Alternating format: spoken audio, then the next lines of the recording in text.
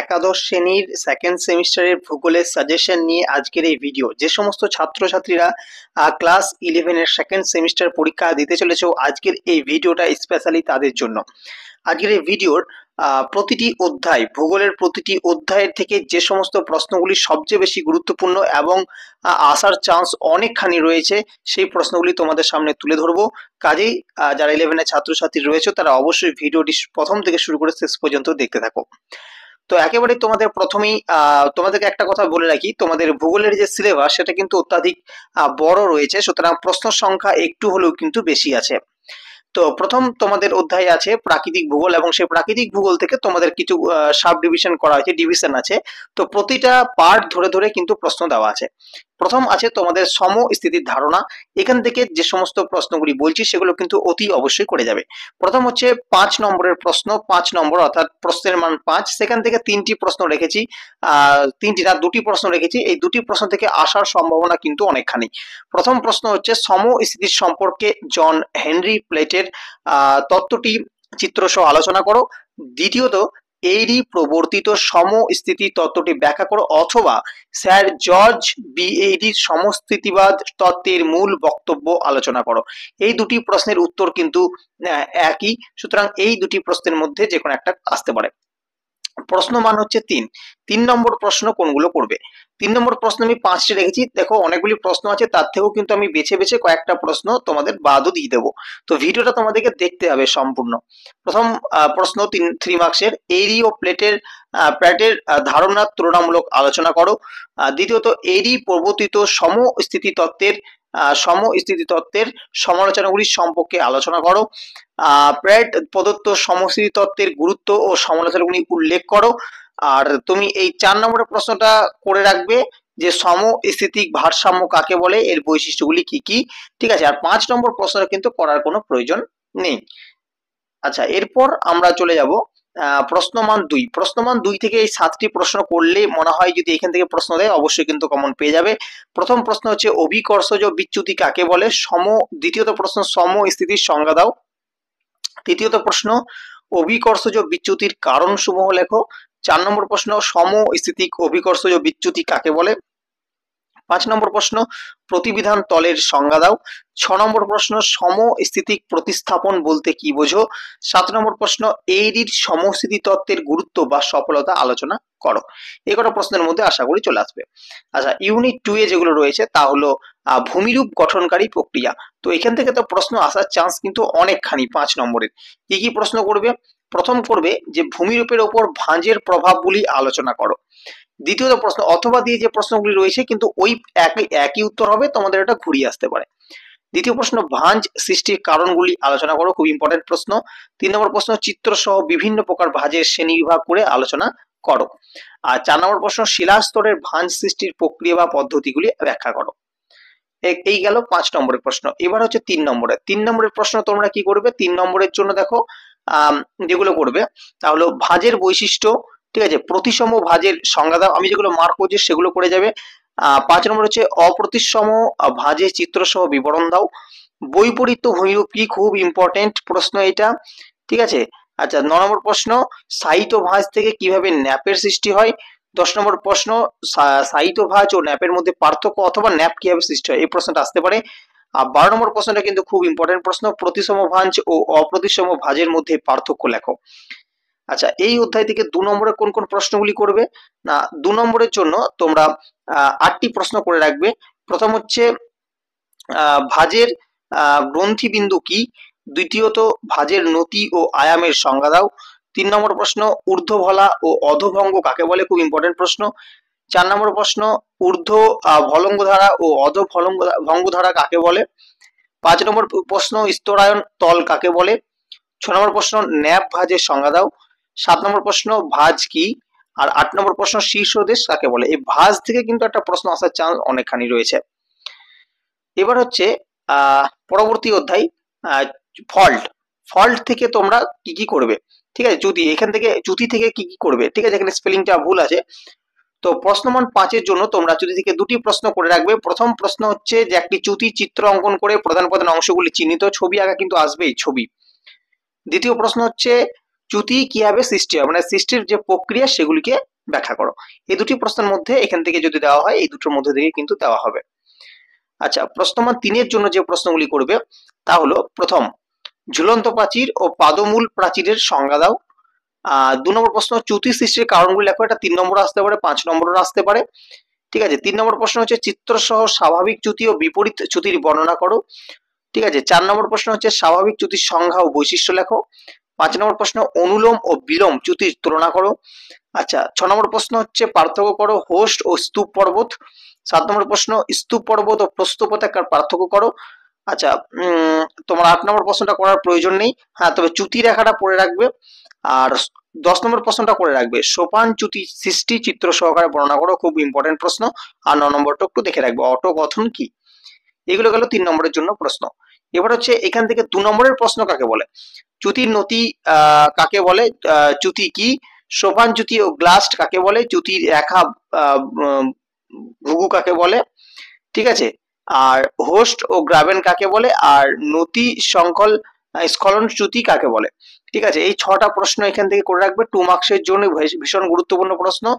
তো দেখবে এখানে 5 মার্কস, 3 মার্কস এবং 2 মার্কসের মধ্যে কিন্তু কিছু কিছু প্রশ্ন 3টেতে দেওয়া রয়েছে। ঠিক আছে। সেগুলো দুবার করে করতে হবে না, একবার করলেই 2 মার্কস, 3 মার্কস এবং 5 মার্কসের জন্য রেডি হয়ে যাবে। এবার হচ্ছে বহির্জাত প্রক্রিয়া। বহির্জাত প্রক্রিয়া থেকে কিন্তু আসার চান্স রয়েছে। প্রথম যেটি পড়বে, দেখো প্রথম প্রশ্নটি কিন্তু করতে হবে, মৃত্তিকার গঠনে প্রভাব বিস্তারকারী কারণগুলি আলোচনা করো। ঠিক আছে। 3 নম্বর প্রশ্ন করবে, মাটি সৃষ্টির সক্রিয় উপাদানগুলি আলোচনা করো। অথবা দিয়ে রয়েছে মৃত্তিকা সৃষ্টিতে আদিশিলা ও জলবায়ুর প্রভাব আলোচনা করো। আচ্ছা, আর 4 নম্বর প্রশ্ন, মৃত্তিকা সৃষ্টিতে আদিশিলার ভূমিকা সংক্ষেপে আলোচনা করো। 5 নম্বর প্রশ্ন, মৃত্তিকা ক্ষয়ের কারণগুলি আলোচনা করো। ভীষণ গুরুত্বপূর্ণ প্রশ্ন, কিন্তু আসার সুযোগ অনেক রয়েছে। আর 6 নম্বর প্রশ্ন, মৃত্তিকা সংরক্ষণের উপায়গুলি কি কি। এই প্রশ্নটাও কিন্তু ভীষণ গুরুত্বপূর্ণ প্রশ্ন। এই প্রশ্ন দুটি কিন্তু ভীষণ গুরুত্বপূর্ণ, করতেই হবে। এর পরবর্তী হচ্ছে প্রশ্নমান 3। প্রশ্নমান 3-এর কিন্তু দুটি প্রশ্ন ভীষণ গুরুত্বপূর্ণ প্রশ্ন। ঠিক আছে। কি কি প্রশ্ন, আবহাওয়া বিকারের ফলে সৃষ্ট ভূমিরূপগুলি বর্ণনা দাও, খুব ইম্পর্টেন্ট। সাথে যেটা করবে, এলুভিয়েশন ও ইলুভিয়েশনের মধ্যে বৈশিষ্ট্যগুলি আলোচনা করো, বা বৈশিষ্ট্যগুলি করে আসতেও পারে, সুতরাং দুটোই ভালো করে রাখবে। এর পরবর্তী তোমার প্রশ্নমান 3-এ রয়েছে কি, পেডোকেল ও পেডালফার মাটির পার্থক্য লেখো। এটা খুব একটা ইম্পর্টেন্ট নয়, তাও যদি কেউ চাও তো করে রাখতে পারো। আচ্ছা, 5 নম্বর প্রশ্ন, মাটি সৃষ্টির বিশেষ প্রক্রিয়াগুলি আলোচনা করো, যেটা 5 নম্বর ছিল, এটা করে দিতে পারো। আচ্ছা, 6 নম্বর প্রশ্নটা কিন্তু ভীষণ গুরুত্বপূর্ণ একটা প্রশ্ন, ল্যাটেরাইট মাটির বৈশিষ্ট্যগুলি লেখো। আর 7 নম্বর প্রশ্ন, মৃত্তিকা সংরক্ষণের যে কোনো 6টি গুরুত্ব, যেটা আগেও আমি দিয়েছি কোশ্চেনটা। 8 নম্বর হচ্ছে মৃত্তিকার উদ্ভবে আবহাওয়া বিকারের ভূমিকা, অর্থাৎ আবহাওয়া বিকার ফলে যে ভূমিরূপগুলি সৃষ্টি হয় সেই জায়গা থেকে লিখলেই হবে। তো মোটামুটি কিছু কিছু প্রশ্ন কিন্তু রিপিট আমি দিয়েছি 2 মার্কস, 3 মার্কস এবং 5 মার্কসের জন্য, তাই ভয় পাওয়ার কিছু নেই। অনেকগুলি প্রশ্ন হলেও কিন্তু খুব বেশি পড়তে হবে না। আচ্ছা, এর পরবর্তী হচ্ছে মৃত্তিকা বিজ্ঞান বলতে কি বোঝো, এটা করার প্রয়োজন নেই। হ্যাঁ, তবে 2 নম্বরের যে প্রশ্ন রয়েছে নগ্নি ভবন, এটা কিন্তু ভীষণ গুরুত্বপূর্ণ প্রশ্ন। আবহাওয়া বিকার, এটাও কিন্তু ভীষণ গুরুত্বপূর্ণ প্রশ্ন। টর কাকে বলে করার প্রয়োজন নেই। 5 নম্বর প্রশ্ন, স্বল্পমোচন প্রক্রিয়ার চিত্র সহ ব্যাখ্যা, ভীষণ গুরুত্বপূর্ণ প্রশ্ন। 6 নম্বর প্রশ্ন হচ্ছে প্রস্থচ্ছায় খণ্ডীকরণ প্রক্রিয়াটি চিত্র সহ ব্যাখ্যা করো, ইম্পর্টেন্ট প্রশ্ন। 7 নম্বর হচ্ছে রেগুলিথ কাকে বলে, ইম্পর্টেন্ট প্রশ্ন। 8 নম্বর প্রশ্নটা করতে হবে না। 9 নম্বর হচ্ছে হিউমিফিকেশন কাকে বলে, মোটামুটি ইম্পর্টেন্ট করে রাখতে পারো। 12 নম্বরটা হচ্ছে সোলাম বলতে কি বোঝো, এটা করতে পারো। আর ডুরিক্রাস্ট কি, এই কোশ্চেনটাও কিন্তু করে রাখবে। ঠিক আছে। আর কিছু বাকি প্রশ্ন রয়েছে, যেমন ধরো পেডোক্যাল কি, অপরিণত মাটি, মালচিং, এগুলো কয়েকটা জিনিস দেখে রাখবে, এখান থেকে খুব একটা আসবে বলে মনে হয় না। আচ্ছা, এর পরবর্তী হচ্ছে আবহাওয়া ও জলবায়ু। এখান থেকে কিন্তু অনেকগুলি প্রশ্ন রয়েছে। প্রথম হচ্ছে 5 নম্বরের প্রশ্ন। 5 নম্বরের যে প্রশ্নগুলি করবে তোমরা, তাহলে বায়ুমণ্ডলে উষ্ণতা তারতম্যের 5টি কারণ, এখানে ভুল আছে লেখাটা, উষ্ণতা তারতম্যের 5টি কারণ, খুব ইম্পর্টেন্ট প্রশ্ন। 2 নম্বর প্রশ্নটি করতে হবে না। ঠিক আছে। আর 3 নম্বর প্রশ্নটা কিন্তু করতেই হবে, তাপমণ্ডল বা তাপবলয় কাকে বলে, পৃথিবীর তাপমণ্ডলগুলির পরিচয়। আর 4 নম্বর প্রশ্ন হচ্ছে বায়ুমণ্ডলে এটা উষ্ণতার হবে। ঠিক আছে, উষ্ণতার নিয়ন্ত্রকগুলি কি কি। আচ্ছা, 3 মার্কসের জন্য 3টি প্রশ্ন করে যাবে। প্রথম হচ্ছে পরিবহন, পরিচালনা, বিকিরণ পদ্ধতির মধ্যে পার্থক্য, ভীষণ গুরুত্বপূর্ণ প্রশ্ন। 2 নম্বর বায়ুমণ্ডল উত্তপ্ত হওয়ার পদ্ধতিগুলি কি কি। 3 নম্বর বৈপরীত্য উত্তাপের কারণ কি। এই 3টি প্রশ্ন কিন্তু খুব ভালোভাবে তোমরা করে যাও। আচ্ছা, এরপর আমরা যেটা করব সেটা হচ্ছে প্রশ্নমান 2। প্রশ্নমান 2-এ কি, ইনসোলেশন কি। ঠিক আছে, এটা কিন্তু সংসদ নমুনা প্রশ্ন, ভীষণ গুরুত্বপূর্ণ প্রশ্ন। কার্যকরী সৌর বিকিরণ কাকে বলে, এটা যদিও মাধ্যমিক 2024 এসেছিল প্রশ্নটা, তোমাদেরও আসতে পারে। 3 নম্বর প্রশ্ন অ্যালোভেরা কি, সমউষ্ণ রেখা কাকে বলে। 5 নম্বর উষ্ণতার স্বাভাবিক হ্রাস কাকে বলে, লেখাটা এখানে ভুল আছে। বৈপরীত্য উষ্ণতা কাকে বলে, তাপবিষুব রেখা কাকে বলে। 8 নম্বর হচ্ছে উষ্ণতার স্বাভাবিক হ্রাস কি, ঠিক আছে, হার কি, এইটাও একই বিষয়। তো এই কটা প্রশ্ন করে রাখবে 2 মার্কসের জন্য। আচ্ছা, এরপর হচ্ছে বায়ুমণ্ডলীয় সঞ্চালন। এই অধ্যায় থেকে তুমি 5 মার্কসের জন্য একটা প্রশ্ন শুধুমাত্র করে রাখবে, যে পৃথিবীর প্রথমকার প্রশ্নটা করতে হবে না, দ্বিতীয় প্রশ্নটা করে রাখবে, পৃথিবীর নিয়ত বায়ু প্রবাহগুলির উৎপত্তি ও গতিপথ ব্যাখ্যা করো, ঠিক আছে, এই প্রশ্নটা তুমি করে রাখবে 5 মার্কসের জন্য। তারপর হচ্ছে তোমার 3 মার্কসের জন্য কয়েকটা টিকা আমি রেখেছি, তো তার মধ্যে তুমি এই প্রথম কার্ডটা করে রাখবে, ফেডেল কোষটা। আচ্ছা, 9 নম্বর প্রশ্নটা খুব ইম্পর্টেন্ট প্রশ্ন, আয়ন বায়ুর গতিপথে মহাদেশের পশ্চিমে মরুভূমি সৃষ্টি হয়েছে কেন, এল নিনো, খুব ইম্পর্টেন্ট প্রশ্ন। আচ্ছা, 6 নম্বর হচ্ছে জেট স্ট্রিমের বৈশিষ্ট্যগুলি আলোচনা করো। আর 7 নম্বর যে প্রশ্নটা রয়েছে, জেট বায়ুর সঙ্গে মৌসুমী বায়ুর সম্পর্ক ব্যাখ্যা করো, খুব খুব ইম্পর্টেন্ট এই প্রশ্নটা কিন্তু ভিভিআই, ঠিক আছে, ভালো করে এই প্রশ্নটার প্রিপারেশন নেবে। আচ্ছা, এরপর হচ্ছে প্রশ্নমান 2 নম্বর প্রশ্ন কি কি করবে। 2 নম্বর প্রশ্ন প্রথমেই যেটা করবে তা হচ্ছে তোমার ওয়াকার সার্কুলেশন কাকে বলে, ইম্পর্টেন্ট প্রশ্ন। ওয়াকার সঞ্চালনের গুরুত্ব, জেট বায়ু প্রবাহ, 3 নম্বর প্রশ্ন, ভীষণ গুরুত্বপূর্ণ প্রশ্ন। 4 নম্বর প্রশ্নটা করতে হবে না, ঠিক আছে, মক টেস্ট থাকলেও করতে হবে না, তাও তুমি যদি কেউ চাও দেখে রাখতে পারো, জিওস্ট্রপিক বায়ু কাকে বলে। আচ্ছা, আয়ন বায়ু কাকে বলে, আয়ন বায়ুকে বাণিজ্যিক বায়ু বলা হয় কেন, এই প্রশ্নটা কিন্তু খুব ইম্পর্টেন্ট প্রশ্ন, ভালো করে রাখবে। রশ্মি তরঙ্গ কাকে বলে, এই কটা প্রশ্ন 2 নম্বরের জন্য করে রাখলে অধ্যায় থেকে মোটামুটি হয়ে যাবে। এবার হচ্ছে বাড়িমণ্ডল থেকে ইউনিট 4, বাড়িমণ্ডল থেকে কিন্তু তোমাদের কয়েকটা প্রশ্ন করে রাখতে হবে, ঠিক আছে। প্রথম যে প্রশ্নটি রয়েছে জলচক্রের প্রভাব বিস্তারের উপাদান, এটা করার প্রয়োজন নেই। 3 নম্বর প্রশ্নটা করে রাখবে পরিবেশের জলচক্রের গুরুত্ব, ঠিক আছে। 2 নম্বর প্রশ্নটার ক্ষেত্রে করতে হবে না। জলপ্রবাহের শ্রেণীবিভাগটা একটু দেখে রাখবে, আর জলপ্রবাহের উপর প্রভাব বিস্তারের বিষয়গুলো করতে হবে না, ঠিক আছে। এই জলচক্রের গুরুত্বটা ভালো করে রাখবে, জলচক্রের গুরুত্বটা কিন্তু এখান থেকে আসার চান্স রয়েছে। আচ্ছা, এরপর হচ্ছে 3 মার্কসের কয়েকটা প্রশ্ন করতে হবে। 3 মার্কসে কি কি করবে, জলচক্রের নিয়ন্ত্রণগুলি লেখো, এটা করবে, ঠিক আছে। 2 নম্বর প্রশ্নটা করতে হবে না। 3 নম্বর প্রশ্নটা করতে হবে না। নদী অববাহিকার জলচক্রকে উন্মুক্ত প্রণালী বলা হয় কেন, এই প্রশ্নটা করবে। জলচক্রের মাধ্যমে কিভাবে জলের ভারসাম্য রক্ষিত হয়, এই প্রশ্নটা করবে। পৃথিবীতে জলের উৎপত্তিগত রূপ কয় প্রকার ও কি কি, এটা করবে। আর তাছাড়া এখানে টিকা হিসাবে ফ্রেটিক স্তর, এটা ভালো করে করবে, ঠিক আছে। আচ্ছা, এর পরবর্তী আমরা দেখে নেব আর কিছু কোশ্চেন রয়েছে কিনা, অ্যাকুইফার ও আচ্ছা, এগুলো করতে হবে না, এখান থেকে তেমন খুব একটা আসার চান্স নেই। আচ্ছা, 2 মার্কসের জন্য কি কি করবে, 2 মার্কসের জন্য প্রথমেই করবে জলচক্র কি আর জলচক্রের বৈশিষ্ট্য, এই দুটো কিন্তু ভীষণ ইম্পর্টেন্ট। আচ্ছা, ভূজলপৃষ্ঠ কাকে বলে, এটাও ইম্পর্টেন্ট। জলপ্রবাহ বলতে কি বোঝো, নদী অববাহিকা কি বোঝো, আর উদাহরণস্বরূপ ধারণ অববাহিকার সংজ্ঞা দাও। এই কটা প্রশ্ন মোটামুটি করে রাখবে, তাহলে হয়ে যাবে, ঠিক আছে। এগুলো হচ্ছে 2 নম্বরের জন্য। এবার তোমাদের রয়েছে দ্বিতীয় অধ্যায় রয়েছে তোমাদের মানবীয় ভূগোলের ভিত্তিসমূহ, ঠিক আছে, যার মধ্যে এখানে তোমার কি হবে 2 নম্বরে 3টি প্রশ্ন আসবে, ঠিক আছে, 6 নম্বর কিন্তু। তো এখান থেকে করে রাখবে, 15 নম্বর মোট আসবে। তো এখান থেকে তোমাদের প্রথমেই যেটি আছে অর্থনৈতিক ক্রিয়াকলাপ, ঠিক আছে, শিল্প, ইউনিট 1 এ রয়েছে দ্বিতীয় শ্রেণীর অর্থনৈতিক ক্রিয়াকলাপ শিল্প। এখান থেকে কিন্তু অনেক প্রশ্ন আছে, ভূগোলের কিন্তু প্রশ্নের সংখ্যা অত্যাধিক, ঠিক আছে। তো সুতরাং একটু ধীরে সুস্থে তোমাদেরকে পড়তে হবে। প্রথম তোমরা যে প্রশ্নটি করবে, যে আমেরিকা যুক্তরাষ্ট্রের পেট্রো রসায়ন শিল্পের উন্নতি কারণ, ইম্পর্টেন্ট প্রশ্ন। তার পরবর্তী প্রশ্নটা 2 নম্বরটা করা দরকার নেই। 3 নম্বর প্রশ্নটা করতে হবে, বাণিজ্যিক মৎস্য আহরণের পক্ষে অনুকূল অর্থনৈতিক কারণগুলি আলোচনা। তারপর 4 নম্বর প্রশ্নটি করার প্রয়োজন নেই। 5 নম্বর প্রশ্নটা কিছু তো দিইনি। 6 নম্বর প্রশ্নটা করে রাখবে একটু। 7 নম্বর প্রশ্নটা করার প্রয়োজন নেই। মার্কিন যুক্তরাষ্ট্রে মোটর গাড়ি নির্মাণ শিল্প উন্নত কেন।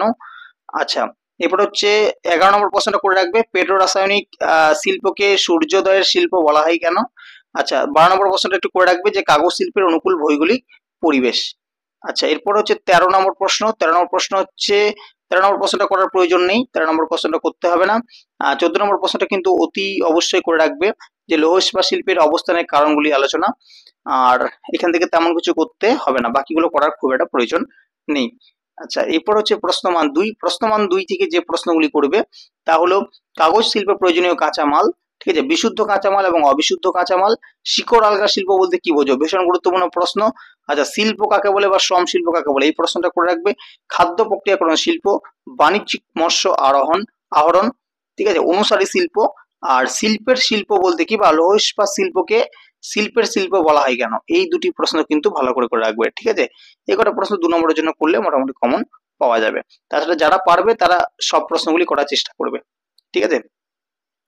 আচ্ছা, তৃতীয় শ্রেণীর অর্থনৈতিক ক্রিয়াকলাপ, এখান থেকে তোমরা যেটা করবে তা হলো তৃতীয় শ্রেণীর অর্থনৈতিক কার্যকলাপের বৈশিষ্ট্যগুলি আর WTO এর কার্যাবলী। আচ্ছা, এইটা প্রশ্নটা করে রাখবে যে সড়ক পথের পরিবহনের সুবিধা ও অসুবিধাগুলি আলোচনা, রেলপথের সুবিধা অসুবিধা এবং জলপথের সুবিধা অসুবিধা, এই তিনটির মধ্যে একটা আসার সম্ভাবনা কিন্তু রয়েছে। 7 নম্বর হচ্ছে পরিবহন ও যোগাযোগ ব্যবস্থার মধ্যে পার্থক্য, এই প্রশ্নটা কিন্তু কোনো অংশে কম নাই, এটা কিন্তু ভীষণ গুরুত্বপূর্ণ একটা প্রশ্ন। আচ্ছা, প্রশ্নমান টু এর তোমরা GATT চুক্তি কি, সোনালী চতুর্ভুজ, ভীষণ গুরুত্বপূর্ণ প্রশ্ন, এটা করে রাখবে। ইন্টারনেট পরিষেবা কি, যোগাযোগ ব্যবস্থা বলতে কি বোঝো, ইন্টারনেটের গুরুত্ব, আধুনিক যোগাযোগ ব্যবস্থায় কৃত্রিম উপগ্রহের প্রভাব, এই কটা করে রাখবে, ঠিক আছে। আর একটা পরিবেশ বান্ধব পর্যটন কাকে বলে, এই কটা প্রশ্ন 2 নম্বরের জন্য করে রাখবে। আচ্ছা, চতুর্থ শ্রেণীর অর্থনৈতিক ক্রিয়াকলাপ, এখান থেকে কি কি করে রাখবে, এখান থেকে তোমরা প্রথমত এই বৈশিষ্ট্যগুলি করে রাখবে, ঠিক আছে, আর জিপিএসটা করে রাখবে, আর গবেষণা উন্নয়নের 3টি ক্ষেত্র সংক্ষেপে আলোচনা। 2 নম্বরের জন্য কি কি করে রাখবে, 2 নম্বর, এখান থেকে কিন্তু 5 নম্বরে আসবে না, 2 নম্বরের জন্য কি কি করে রাখবে, বেঙ্গালুরুকে সিলিকন ভ্যালি বলা হয় কেন, GIS কি, ঠিক আছে, আর সাদা পোশাকের শ্রমিক কাকে বলে, তথ্য প্রযুক্তি শিল্পকে 24x7 উদ্যোগ বলার কারণ কি, মানে 24/7 বলার কারণ কি, ডিজিটাল ডিভাইডের ধারণাটি লিখবে। এই কটা প্রশ্ন আপাতত এখান থেকে করে রাখবে। আচ্ছা, ইউনিট 4 এ রয়েছে তোমার পঞ্চম শ্রেণীর অর্থনৈতিক ক্রিয়াকলাপ, এখান থেকে কি করবে, এখান থেকে প্রথমেই তুমি এখান থেকে 3 মার্কসের জন্য দ্বিতীয় যে প্রশ্নটি রয়েছে এটা কিন্তু একটু করে রাখবে, এখান থেকে আসার চান্স খুব একটা নেই, ঠিক আছে। এই জায়গা থেকে নীতি নির্ধারক, 2 মার্কসের জন্য নীতি নির্ধারক, বৃদ্ধির ভান্ডার, ঠিক আছে, থিঙ্ক ট্যাঙ্ক কাকে বলে, আর একটা হচ্ছে কুইনারি অর্থনৈতিক ক্ষেত্র বলতে কি বোঝো, এই কটা প্রশ্ন মোটামুটি এখান থেকে করে রাখো। আচ্ছা, তৃতীয় অধ্যায়, একেবারে শেষ অধ্যায়, সেটা হচ্ছে ভারতের ভূগোল। ভারতের ভূগোল থেকে কিন্তু প্রশ্ন অতি অবশ্যই আসবে, এখান থেকে অনেকগুলি প্রশ্ন তোমাদেরকে মোটামুটি করতে হবে। 3 মার্কসের জন্য প্রথম যে প্রশ্নটি করবে, ভারতের জলবায়ু নিয়ন্ত্রণের প্রধান কারণগুলি কি কি, এখান থেকে এটা করতে হবে, ঠিক আছে, এটা করতে হবে। দ্বিতীয়ত ভারতের জলবায়ুর যে কোনো 5টি বৈশিষ্ট্য, ভারতের মৌসুমী বৃষ্টিপাতের বৈশিষ্ট্য, আচ্ছা, জলবায়ুর ওপর বিশ্ব উষ্ণায়নের প্রভাব, এটা করতে হবে।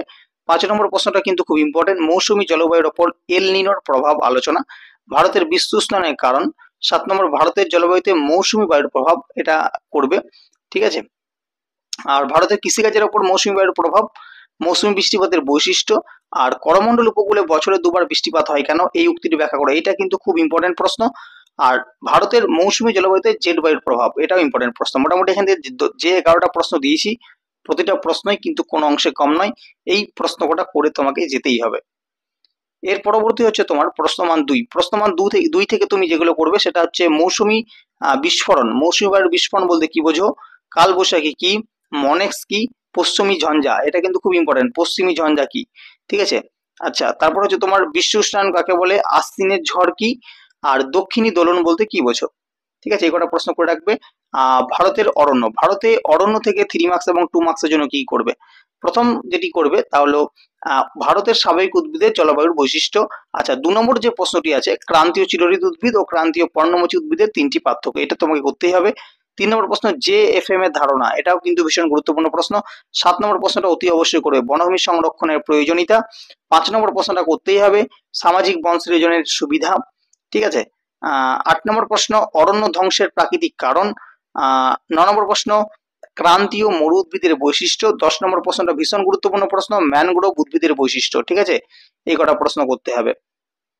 আচ্ছা, এবার হচ্ছে প্রশ্নমান 2 এর জন্য কোনগুলো করতে হবে, প্রশ্নমান 2 এর জন্য প্রথমেই যেটা করবে সেটা খুব ইম্পর্টেন্ট প্রশ্ন, সামাজিক বন সৃজন কি, কৃষি বন সৃজন কি, সাইলেন্ট ভ্যালি আন্দোলন সম্পর্কে ধারণা আসতে পারে, জাতীয় উদ্যান, অভয়ারণ্য, ঠিক আছে, এই কটা প্রশ্ন মোটামুটি করে রাখবে। এছাড়া সংরক্ষিত অরণ্য কাকে বলে, সুরক্ষিত অরণ্য কাকে বলে, দুটো জিনিসই করে রাখবে, ঠিক আছে, দুটি কোশ্চেনই করে রাখবে।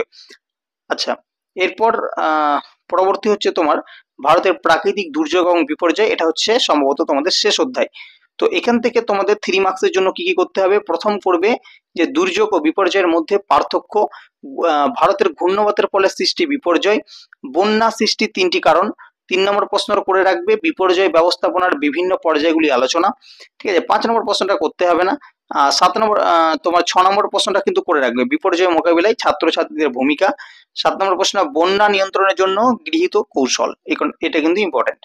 আচ্ছা, 2 নম্বরের জন্য কি কি প্রশ্ন করবে? 2 নম্বরের জন্য ফার্স্ট করবে যেটা, সেটা হচ্ছে তোমার যে মেঘ ভাঙা বৃষ্টি কি। 2 নম্বর প্রশ্ন বিপর্যয় ব্যবস্থাপনা বলতে কি বোঝো। 3 নম্বর প্রশ্ন ফ্ল্যাশ ফ্লাড কি। 4 নম্বর প্রশ্ন বিপর্যয় বলতে কি বোঝায়। ঠিক আছে, আর 8 নম্বর প্রশ্ন পিএমআর পর্যায় কি। 7 নম্বর যে সুনামি কি। 6 নম্বর হচ্ছে আধা প্রাকৃতিক দুর্যোগ বলতে কি বোঝো। ঠিক আছে, আর 5 নম্বর প্রশ্নটা যারা চাইবে করতেও পারো, না করলেও কোনো অসুবিধা নেই, আসার সম্ভাবনা কম আছে। তো এই প্রশ্নগুলি ছিল তোমাদের ভূগোলের একাদশ শ্রেণীর সেকেন্ড সেমিস্টারের সাজেশন। জানি প্রশ্নের সংখ্যা অনেকখানি বেশি, কিন্তু কিছু করার নেই, তোমাদের ভূগোলের সিলেবাসটাও কিন্তু অনেকটা বেশি, সুতরাং সেই হিসাবে দিক থেকে প্রশ্ন ঠিকই আছে। তোমরা এই কটা প্রশ্নের প্রিপারেশন নিয়ে যাও। আশা করব যে প্রতিটা প্রশ্নই, সম্ভবত বেশিরভাগ প্রশ্ন 95% প্রশ্ন কিন্তু তোমরা তোমাদের পরীক্ষায় কমন পেয়ে যাবে। যদিও আমি কিন্তু শেষে আরেকটা পরামর্শ দেব যে তোমাদের স্কুলের ক্লাসে যিনি ক্লাস করাচ্ছেন তার কাছে অবশ্যই একবার পরামর্শ নেবে যে কোন কোন প্রশ্নগুলো তোমাদের করা ঠিক হবে, কারণ তিনি যেহেতু কোশ্চেন তৈরি করবেন স্কুলে, তাই তিনি যে প্রশ্নগুলো রেডি করিয়েছেন বা পড়িয়েছেন সেই প্রশ্নগুলো দেওয়ার সম্ভাবনা কিন্তু সবচেয়ে বেশি। আর এই প্রশ্নগুলো তো ইম্পর্টেন্ট রয়েছে, এগুলোর প্রিপারেশন কিন্তু করতে একেবারেই ভুলবে না। তো আজকের ভিডিও এইখানেই রাখছি, দেখা হচ্ছে পরবর্তী ভিডিওতে নতুন কোনো বিষয়ের সাজেশন নিয়ে। সকলকে ধন্যবাদ জানাই সম্পূর্ণ ভিডিওটি দেখার জন্য।